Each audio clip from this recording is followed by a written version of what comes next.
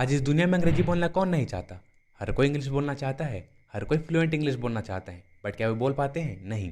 इसका सबसे बड़ा कारण है वोकैबुलरी का वीक होना। तो इंग्लिश बोलने के लिए वोकैबुलरी में मास्टर होना मोस्ट इंपॉर्टेंट है। तो आज हम आपके लेकर आए हैं अच्छे अच्छे English words with in the meaning and their uses. So बने रहिए इस वीडियो के साथ एंड तक। स्वागत है आप सभी का हमारे यूट्यूब चैनल इंग्लिश ट्रिक्स्टर में। तो चलिए शुरू करते हैं। The first English word is at what time. At what time basically it's not a word but it's a phrase.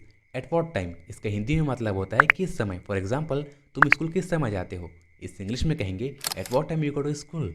At what time you go to school. Next is मैं नहीं जानता वो किस समय क्रिकेट खेलता है, इस इंग्लिश में कहेंगे I don't know at what time he plays cricket. I don't know at what time he plays cricket. Next is as a friend. As a friend का हिंदी में मतलब होता है दोस्त होने के नाते।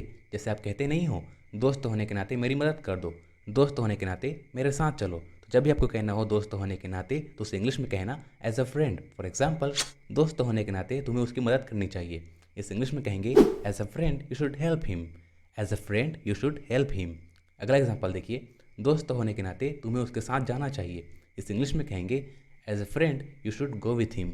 As a friend you should go with him. इस तरह से आपको कहना हो माँ होने के नाते एज अ मदर, भाई होने के नाते एज अ ब्रदर, बहन होने के नाते एज अ सिस्टर, इस तरह से आप कह सकते हैं। ठीक है। So next is as far as. As far as के हिंदी में मतलब होता है जहाँ तक। फॉर एग्जाम्पल, जहाँ तक मैं उसको जानता हूँ वो पढ़ाई कर रहा होगा, इस इंग्लिश में कहेंगे as far as I know him he will be studying. As far as I know him he will be studying. Next example is जहाँ तक तुम दौड़ सकते हो दौड़ो, इस इंग्लिश में कहेंगे run as far as you can. Run as far as you can. So next one is as soon as. As soon as के हिंदी में मतलब होता है जैसे ही।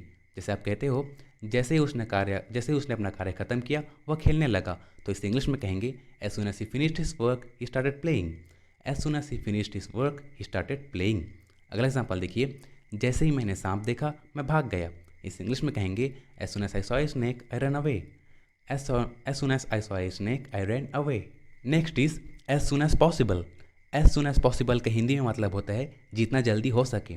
एग्जाम्पल देखिए, मैं तुम्हारी किताब को जितना जल्दी हो सके लौटा दूंगा, इसका इंग्लिश होगा I return your book as soon as possible. I return your book as soon as possible. अगला एग्जाम्पल देखिए, जितना जल्दी हो सके एग्जाम के लिए तैयार रहो, इस इंग्लिश में कहेंगे be prepared for exam as soon as possible. Be prepared for exam as soon as possible. इस तरह से आप एज सुन एज पॉसिबल का यूज़ अपनी डेली लाइफ में कर सकते हैं। ठीक है। अगला है to some extent. To some extent का हिंदी में मतलब होता है कुछ हद तक। एग्जाम्पल देखिए, कुछ हद तक मैं तुमसे सहमत हूँ, इसका इंग्लिश होगा I agree with you to some extent. I agree with you to some extent. Next example is कुछ हद तक ये सही था, इसका इंग्लिश होगा to some extent this was true. To some extent this was true.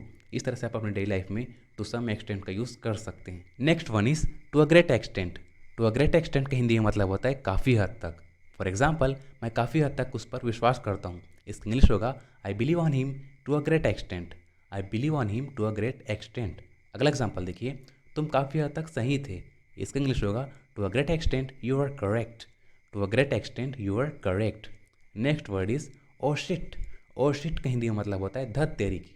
For example, धत तेरी की मैंने गलती कर दी, इसका इंग्लिश होगा oh shit I did a mistake. Oh shit I did a mistake. Next one is it's not that. It's not that. It's not that का हिंदी में मतलब होता है ऐसा नहीं है कि। ऐसा नहीं है कि। फॉर एग्जाम्पल, ऐसा नहीं है कि मैं वहाँ नहीं गया था, इसका इंग्लिश होगा it's not that I did not go there. It's not that I did not go there.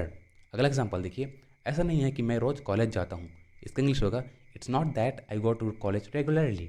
It's not that I go to college regularly. इस तरह से आप सभी इंग्लिश वर्ड्स का यूज़ अपने डेली लाइफ में कर सकते हैं और अपने इंग्लिश स्पीकिंग को और भी ज़्यादा इन्हांस कर सकते हैं, बूस्ट कर सकते हैं।